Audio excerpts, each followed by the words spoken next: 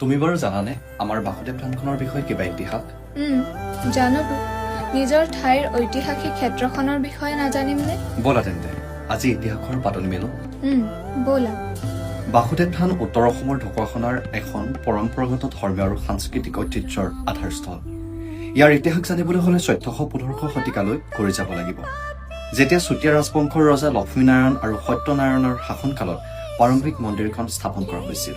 প্ৰথমে এই মন্দিৰখন সদায়পুৰত অৱস্থিত আছিল, য'ত 1392 খ্ৰীষ্টাব্দত চুতীয়া ৰজাই এজন ব্ৰাহ্মণ নাৰায়ণ দ্বিজক বিষ্ণু পূজাৰ বাবে ভূমিদান কৰিছিল।